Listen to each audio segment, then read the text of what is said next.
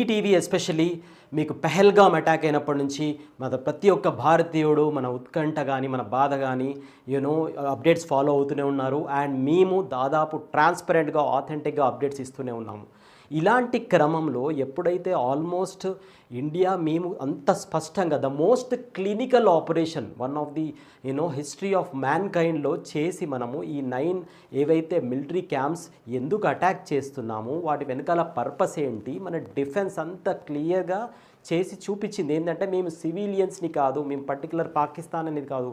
పాకిస్తాన్ అనేది చాలా చిన్న దేశం, వాళ్ళ మీద మనకేం పగ కానీ ఈర్ష్య కానీ ఉండే ఛాన్సే లేదు అని క్లియర్గా మన ఆపరేషన్ ఏదైతే చేశామో ఆపరేషన్ సింధూర్ చాలా క్లియర్గా చూపించామని. దాంట్లో one of the biggest motive ఏంటి అంటే ఏ కారణం లేకుండా మన ఇన్నోసెంట్ పీపుల్ని టెర్రరిజం పేరు మీద వచ్చి నిర్దాక్షిణంగా చంపేస్తే మేము ఊరుకోము. We are strong, we are equally a super power when it comes to protecting our country అన్నట్టు మనం ఆపరేషన్ చేసి చూపించాం.